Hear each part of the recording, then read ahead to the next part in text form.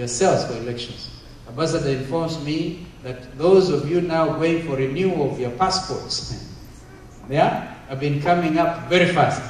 This was not the case before, and it's not difficult to imagine why, because you also want to be registered as voters.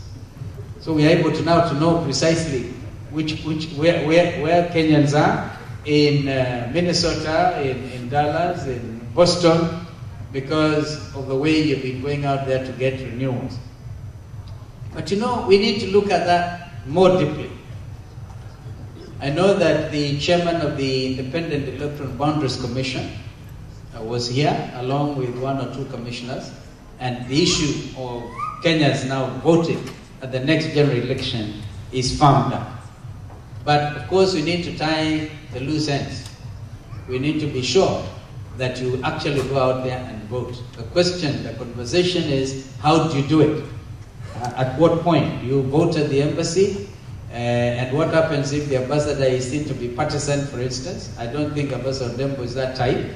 Yeah? Or do you go identify some school, some institution where you cannot converge and vote?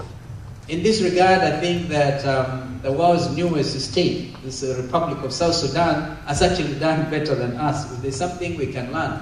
Because I remember when they were voting at the referendum, in terms of the provisions of the Comprehensive Peace Agreement, they were able to get various schools, like in Nairobi, at the Railway Club.